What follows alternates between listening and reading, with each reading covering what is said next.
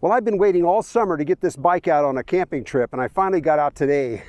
So I'm just leaving town here in central Montana, and I'm getting ready to head out across the prairie.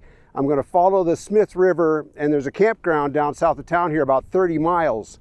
The bike is heavily loaded with all my camping gear and camera gear and everything, and water. And I've only got one battery, so I'm a little leery about this 30 miles. I think it's going to go all right, but we'll see. I just left the city behind, and now I'm getting ready to, well, let me give you a pan around here. Going to head out across the land here, way out in that direction. We'll just see how this goes. Well, I'm heading down to an area called Chaos Bridge on the Smith River. It's a takeout point for river rafters.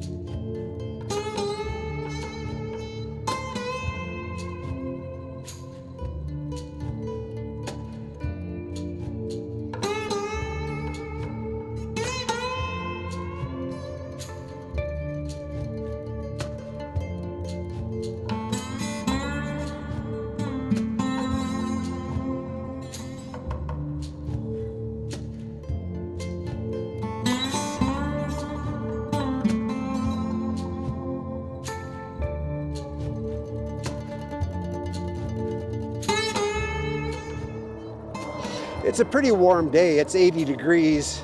It's supposed to rain pretty hard tonight. Hope my tent doesn't leak.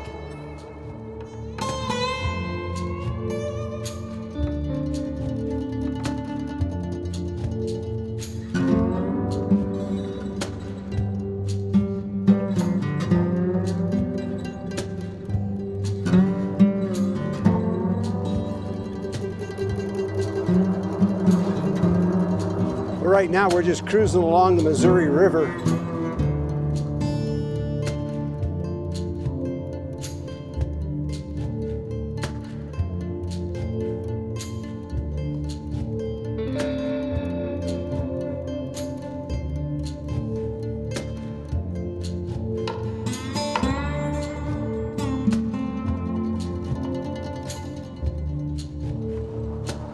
Pretty windy. It's blowing about 20 and it's right on the nose. That's not good.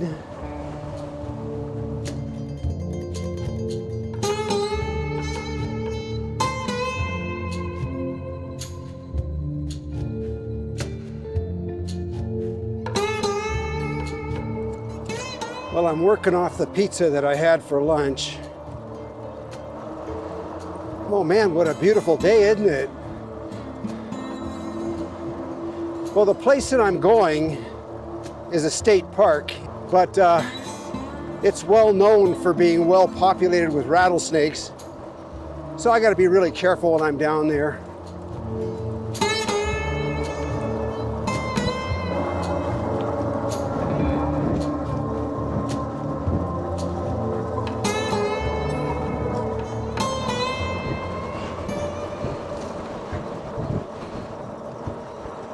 There's some really nice homes down along the river here. Check out this place coming up on the right. I'll go by it kind of slow. It looks like a French chateau or something. It's all made out of rock. Big rock.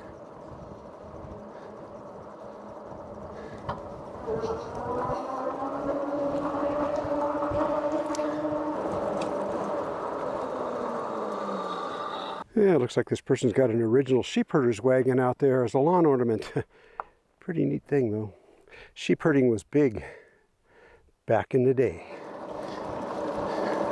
My youngest daughter went camping up in the mountains this Labor Day weekend, and it rained so hard on Sunday and Monday that she couldn't get her trailer out. The roads were so boggy, and she had to get back for work for Tuesday morning. So she could get her truck out, but she couldn't tow the trailer out. So she left it there, and we went back on Tuesday evening. That would be last night. We retrieved it. Montana Mustang Ranch. Huh. Didn't know we had one of those here. Maybe they raise Mustangs. That must be it. Well, I had to stop and drink some water. It's warm and it's really dry. But I'm enjoying the ride, except for 20 miles an hour wind right on the nose. That's not nice. I'm not doing a lot of videoing because of that, except for the camera on the bike. Hope you don't mind. And the wind noise might be something I got to deal with in editing, but we'll see. We'll do more video when we get to the campground, though.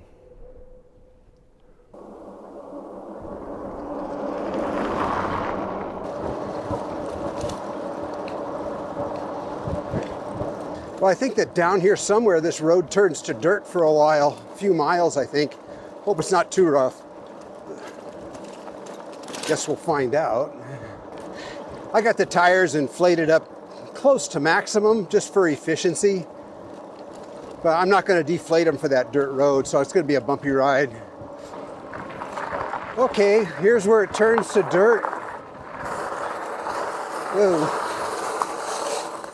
And deep gravel. As loaded as I am, that was a little not too good. Almost lost control there. Okay, this is better. Steep uphill to start.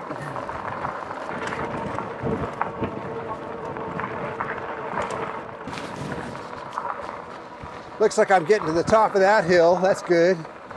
And the road's not bad. It's not too washboardy or anything like that. Hope I'm going the right way.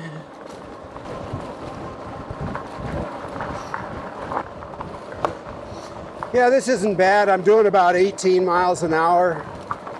It's all right. But 18 into 20 equals 38. That's how much wind I got on my nose. Well, I'm just pulling over here to check the load. Kind of make sure everything's all right. Yeah, everything looks all right. And the bike's not unstable or anything, even though I got a pretty good load sitting on there. It's pretty heavy with water and everything that I brought along. It's doing all right. Just hope I got enough battery to get to where I'm going. But it is a pretty place out here. Wide open.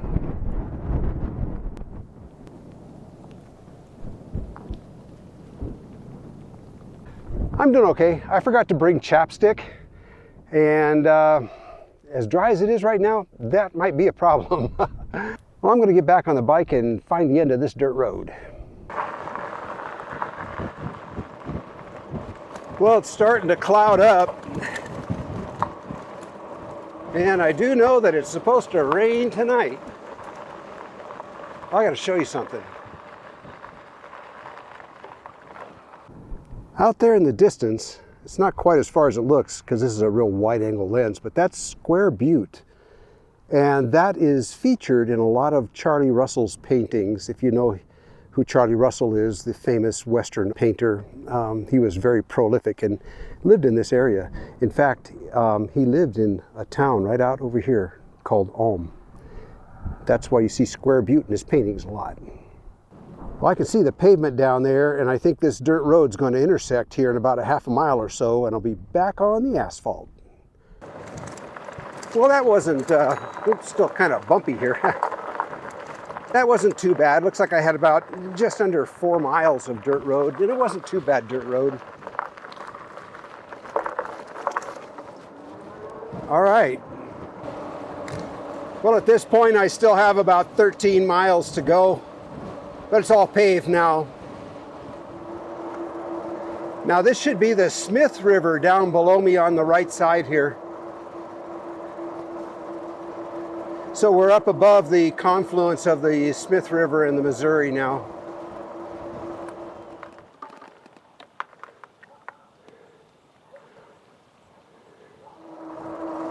Just past a dead raccoon.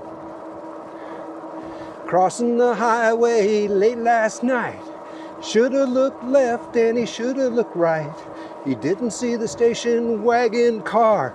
The skunk got squashed and there you are. You've got your dead skunk in. It's hard to sing and pedal at the same time. And I can't sing as it is. Well, I've come 20 miles.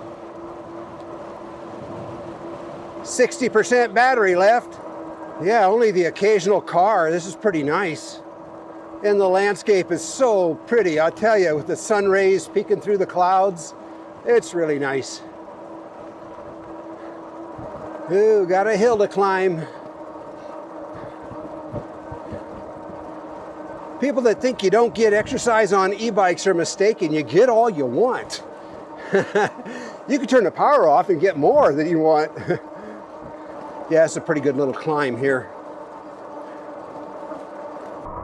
Well, it was a pretty good climb, but now I can coast downhill.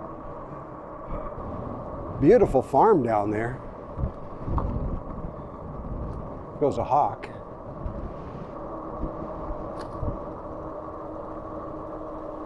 I'm having a good time.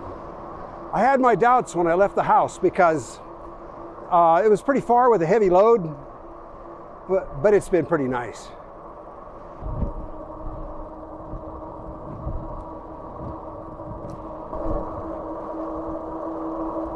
Happy horses. Well, if I were to run out of battery, it's not a big deal. I just shift down to one of the lower gears and just keep pedaling. It's just like pedaling a regular bike. I just wouldn't be going very fast, that's all. But it wouldn't be hard. Ooh, a little bit of sunshine and a nice road. Well, down a little lower in the valley here, and with these trees, I'm getting a lot less wind. That's nice, because it's been bad. Montana coal.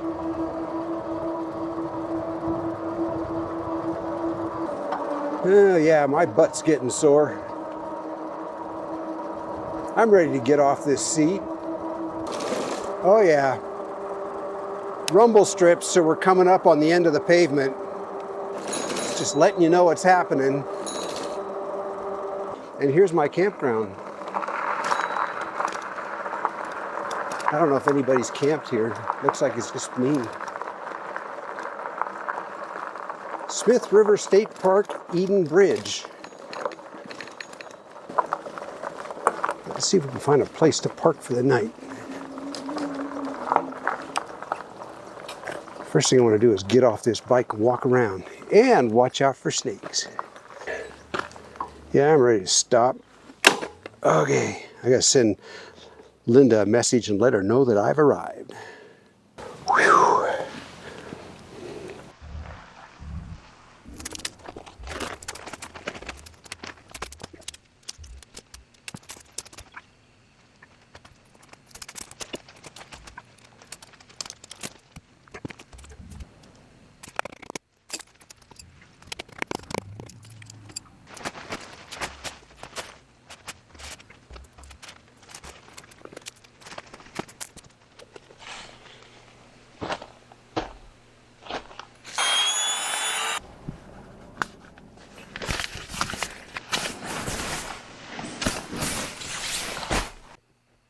Well, camp is nicely set up, basically set up. I need to make some coffee. It's late in the afternoon, so it's time for a second cup today.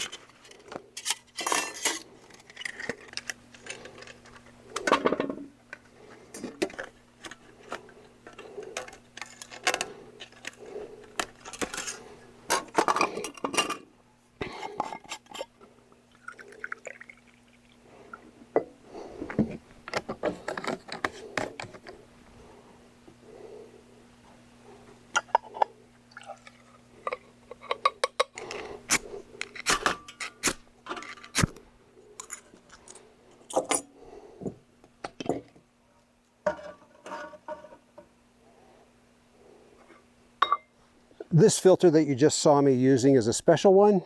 That Smith River runs through farms and ranches, so it's got pesticides in it and fertilizers and things like that. The top part of this filter is a regular hiking filter, and it's 100% effective at removing bacteria. But the bottom part of this filter removes all chemicals and makes that water safe to drink. I just thought you'd like to see that. It's made by Sawyer. This is the S1, and there's another one that's above this one that removes viruses, but you're not going to find viruses in a countryside stream. Viruses aren't common in the wild, but the chemicals are.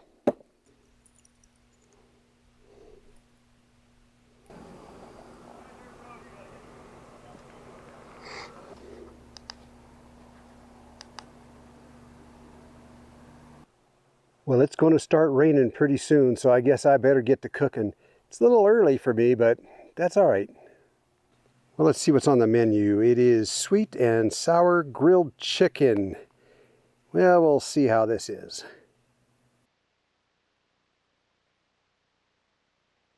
Well, in case you're wondering what I'm going to do about my battery, because I need to charge it up again, this being a haul out or a takeout for the rafters, or the people that are floating the Smith River, when they get down here, they can dump their porta potties or whatever, because they got to have those.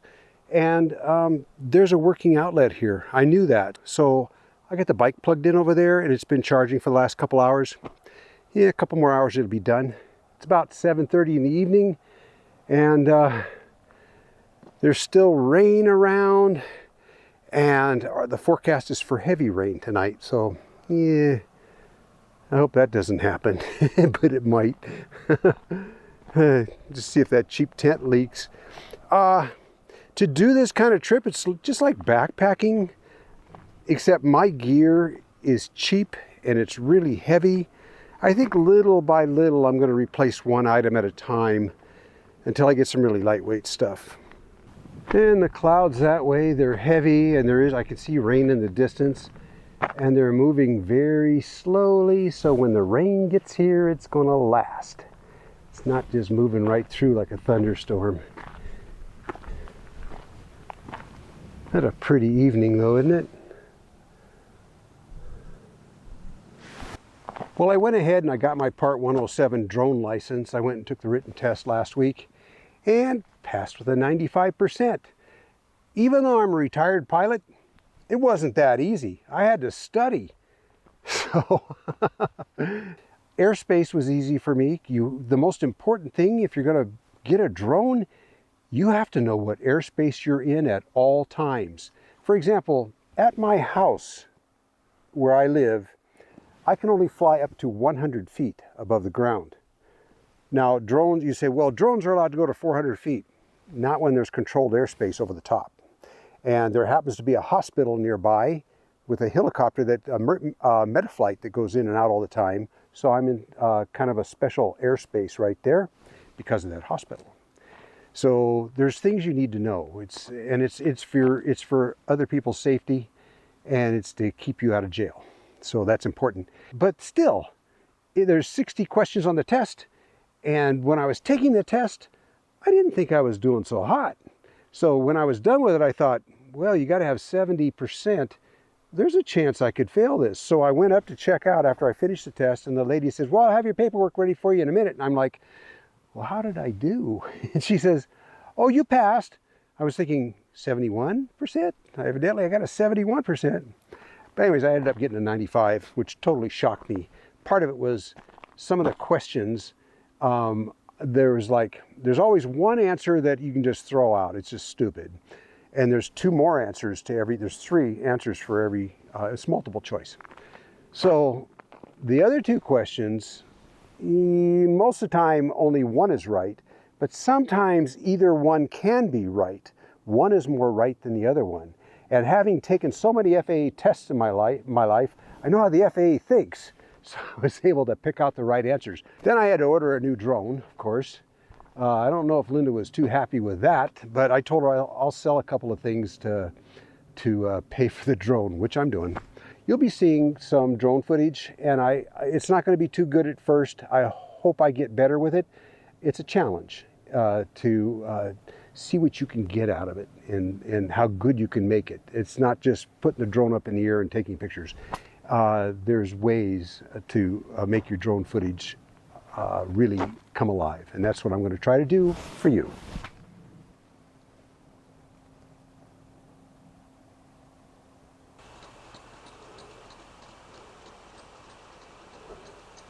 Well, this is about it for the sun today. I'm going to head back to camp. Well, I don't anticipate sleeping very well tonight. My tent is on a slope this way, and the ground is bumpy. I expect to be pretty achy in the morning, but that's all right. That's okay. I will survive.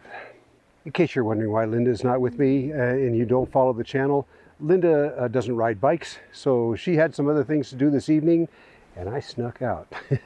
I didn't have to sneak out, no. But that's why she's not here. Well, the light is fading fast. I'm going to turn in for the night. See you in the morning. Well, looks like I woke up to a beautiful morning. Yeah, perfect. Everything is dry. Quit raining about midnight. I actually slept pretty good. A little bit surprised because, you know, sleeping on the ground anymore at my age isn't the best thing to do, but my mattress setup is all right. Sometimes you don't have to go far or be too fancy to have a nice adventure, and this was a pretty nice one coming down here. There's not too many places in Montana where I can do this that are close to home, because to tell you the truth, I just left from home. I actually rode out my driveway and came down here. But there's only a couple places where I can go to do that. Here was kind of iffy because I'm into bear country here. So camping in a tent isn't a great idea. But everywhere in Montana is getting to be bear country these days.